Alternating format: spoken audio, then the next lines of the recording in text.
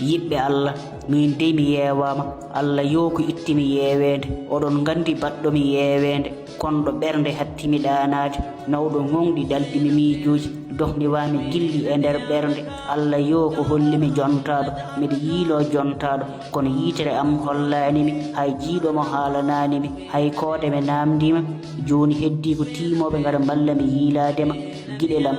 yurmo min peeña hay sinno a wirtot tan ɓenna mi yiima ɓernde am nde welto ko jiɗɗa fof mi yenima nda ɓernde am mi rokkima yo ɓuuɓe no endu nenoyma so a yawi tan mi ɓeydanma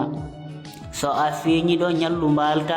so a walti kadi a ñalti kadi mbalta ɓerɗe keppani kaɓanima ɓerɗe fof gonti mbeɗon Allah ene gabbi piinde urgol ma ɓernde am artuga pofta o towi wona fedde men so dogi ɓerɗe tan fandi kono gilli ko peccaɗi ha heewi guite am e ɓernde am ha wonti bildi miijoji am hayyo lewru men feeñi catal kanŋe urgol lati looti rewɓe berte piindeje worɓe berte solleje seede Allah a yontama so a feeñi yoɗɓe fof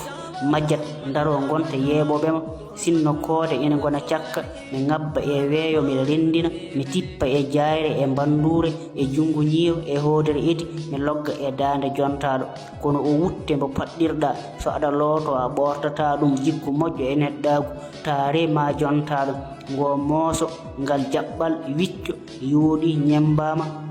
ngari yooɗi yeeɓama so jammagu ngu jengi ko an tan hoɗi e ɓernde am hay goto arendani nde yo Allah moƴƴu e ma e kala jiɗɗoma o jurmo hen kala biɗo amin e kuɗol Yerodoro Diallo e sowturu almudel moɗon Pular sibaba galle Alassane Baydy Paté gorko madintuwaɗo wuuro diine Allah yettama e donama yo Allah ɓamtu ɓamtoɓe Pular ha towa no dolar o hisna julɓe o reena ɗum e naar yo jomiraɗo jaabo Ladifa Jabbaɗo eɗe beltiniri yimrede dendagal ɓiɓɓe fulɓe yoɓe mbimi e mbimami tengti e weltortoɓe conci Pulagu